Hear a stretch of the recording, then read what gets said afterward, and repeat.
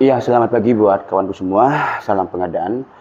Memang untuk permasalahan SBU ya atau Sertifikat Badan Usaha sampai saat sekarang masih banyak dipertanyakan. Ya, ini berkaitan dengan adanya masa transisi ya yang diatur oleh SE 21 M21 lalu diturunkan ke surat keterangan dari Bina Jasa Konstruksi dengan nomor 2289 BK 0301 2289 dan BK 0301 280 ya kalau nggak salah. Nah, ada pertanyaan, bagaimana misalkan kalau masa berlaku SBU itu sudah tidak berlaku baik itu pada saat masa transisi atau awal masa transisi atau setelah masa transisi. Nah, saya mungkin mencontohkan satu saja ya kasusnya, di mana misalkan tender yang dilakukan batas akhir pemasukan penawarannya tanggal sekarang bulan apa ya? Sekarang bulan Juli, misalkan tanggal kemarin tanggal 10 ya, tanggal 10 Juli tahun 2022. Nah, kemudian ada peserta yang masa berlaku SBU-nya sudah tidak berlaku pada tanggal 10 Juli juga ya. Jadi batas akhir penyampaian penawaran untuk masukan penawaran tanggal 10 Juli tahun 2022 dan saya contohkan perusahaan A memiliki SBU namun masa berlaku SBU-nya sudah tidak berlaku pada tanggal 10 Juli tahun 2022.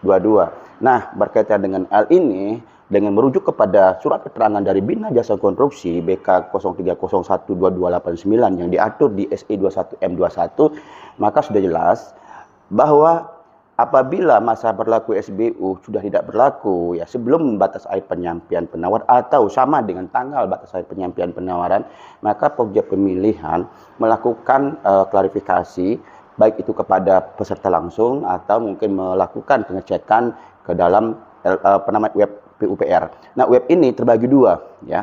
Kalau kita bicara tentang masa berlaku SBU perusahaan A tadi sudah tidak berlaku tanggal 10 Desember, maka paling tidak dia melakukan proses perpanjangan sebelum habis tanggal 10.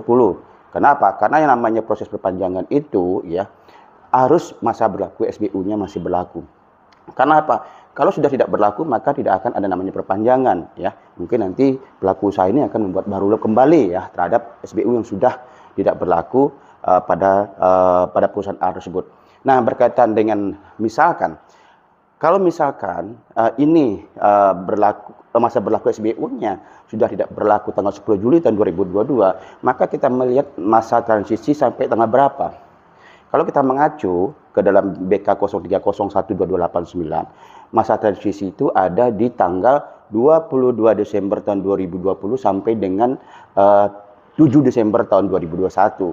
Nah, apabila proses perpanjangannya sudah dilakukan setelah tanggal 7 Desember tahun 2001, maka tugas Pokja adalah meyakinkan proses perpanjangan itu dilakukan di LSBU yang bisa dilihat ya di LPJK PU Go ID. Jadi bukan di Siki PU Go ID.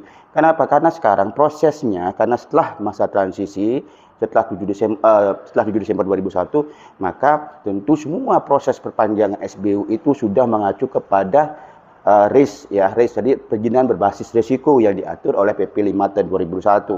Jadi bukan lagi kepada PP 24 tahun 2018 atau yang kita kenal sering sekali kita ngeceknya di Siki PU Go ID ya. Jadi bukan LPJK PU Go ID. Namun yang untuk masalah ini tentu kita mengeceknya proses perpanjangannya sudah dilakukan di LSBU dengan mengklik LPJK PU Go ID. Nah, itu yang saya sampaikan ya. Masih banyak ya pembahasan terkait SBU. Tapi saya akan bahas secara detailnya pada kesempatan berikutnya. Salam pengadaan.